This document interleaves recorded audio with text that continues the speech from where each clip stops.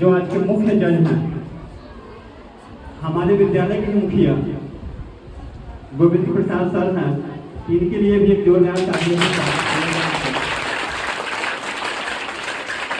साथ ही साथ हमारे सभी शिक्षक वृंदों के लिए भी ग्रैंड क्लैपिंग।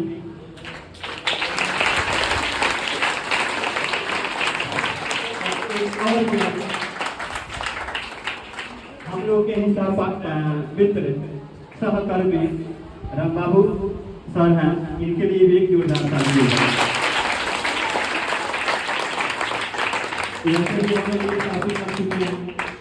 ज़्यादा समय हम नहीं लेंगे।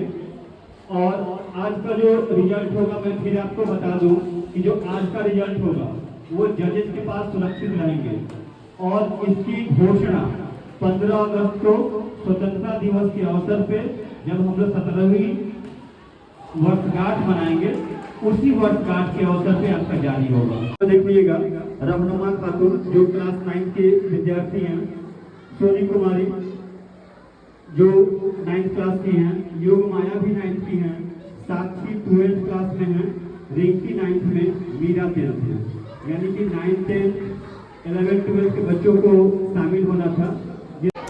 मेरा नाम सोनी कुमारी, क्लास 9 है। आप लोगों को समक्ष हमारे विचार से यदि कोई व्यक्ति अपनी पूरी मेहनत और ईमानदार से कमाई करती है, वही बड़ा देशभक्ति कहलाती है, वही बड़ा देशभक्ति कहलाती है। धन्यवाद। मीरा कुमारी को आमंत्रित करना चाहूंगा जो क्लास 10th की हैं और अपने स्पीच से आपको जो है मार्गदर्शित करेंगे। मीरा कुमारी।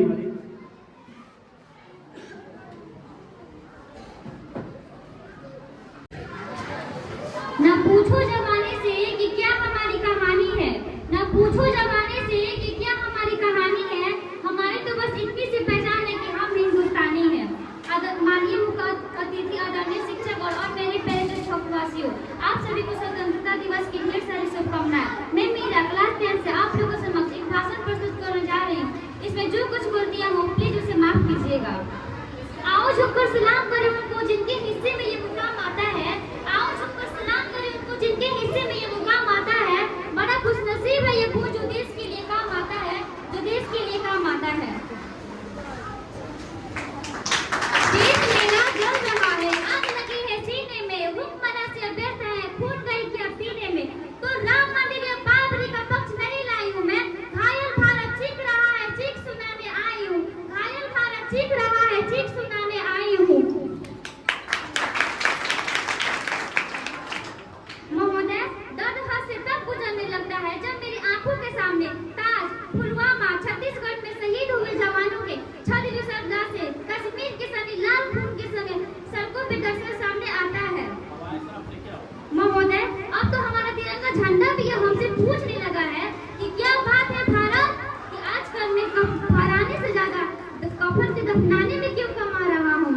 महोदय, हृदय तो उस दिन फट गया जब एक बूढ़ी माँ अपनी बेटी के चित्रे के देख के बोली कि बेटा साहब कि आप भर्ती में 1 इंच भी कम नहीं लेते, मैं आधा शरीर कैसे ले लूं। किसी भी युद्ध को जीतने के लिए पहल करना सबसे ज्यादा आवश्यक है, क्योंकि इतिहास गवाह है कि पहल करने वाले जो करते हैं बड़े बड़े युद्ध के परिणाम बदल दिए गए हैं, बड़े बड़े युद्ध के परिणाम बदल दिए गए हैं। धन्यवाद। कि तिरंगा सबसे ज्यादा अगर किसी चीज में आज पर काम आ रही है तो कफन दफनाने में, कफन को बनाने में काम आ रही है तिरंगा। जबकि तिरंगा को जलाना देशद्रोह माना जाता है, लेकिन जैसे ही वो तिरंगा किसी शहीद के मजारों पर लग जाती है तो देशद्रोह नहीं, वो सम्मान होता है। हम लोग इसी क्रम में आगे बढ़ेंगे और इस स्कूल की सबसे बड़ी क्लास के विद्यार्थी हैं और तो इनका वेलकम एक ह्यूज क्लैपिंग के साथ होनी चाहिए।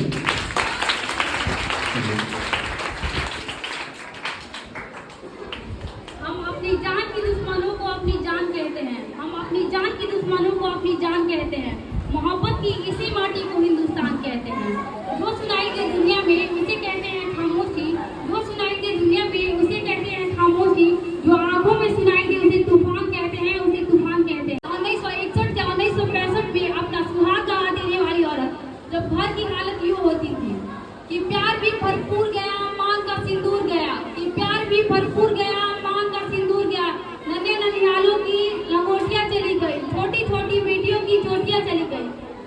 कमाई गई, भाई की पढ़ाई गई, बाप की कमाई गई, भाई की पढ़ाई गई, एक ऐसा विस्फोट हुआ पता ही नहीं चला, जिस्म की बोटियां चली गई। अरे आपके लिए तो एक आदमी मरा होगा साहब, मेरे घर की तो रोटियां चली गई, रोटियां चली गई। इस तरह पूरा देश अपना देशभक्ति साबित कर रहा होता था, तब देश बलिदान मांगता था, तब देश फांसी पे चढ़ जाने, मर जाने, मिट जाने को कहता था। लेकिन आज देश फांसी पर चढ़ जाने, मिट जाने को नहीं कहता। मेरे विचारों में यदि कोई व्यक्ति अपना काम पूरी मेहनत और ईमानदारी से करता है, वही सच्चा देशभक्त है। मैं नहीं मानती कि व्हाट्सएप और फेसबुक के डीपी को 3 रंगों में रंग देना ही देशभक्ति है। अगर आप वर्ष में 2 बार हाथ में तिरंगा ले लेने को देशभक्ति कहेंगे, तो मैं पूछना चाहूंगी कि कड़ी धूप में नंगे पैर ट्रैफिक पर जब एक बच्चा हाथ में तिरंगा लेकर बेच रहा होता है, तो क्या आप उसकी देशभक्ति कहेंगे? नहीं, ये उसकी देशभक्ति नहीं, बल्कि उसकी पेट की भूख की शक्ति है, जो उसे ऐसा करने पर मजबूर कर रही है। क्योंकि ना वो मस्जिद को जानता है, ना वो शिवालय को जानता है, ना वो मस्जिद को जानता है, ना वो शिवालय को जानता है। वो पेट की भूख है साहब, जो केवल अनाज के निवाले को जानता है, वो केवल अनाज के निवाले को जानता है। हनुमा खातून जो क्लास 9 की विद्यार्थी हैं, आपके सामने स्पीच देने के लिए, भाषण देने के लिए उपस्थित हो रही हैं।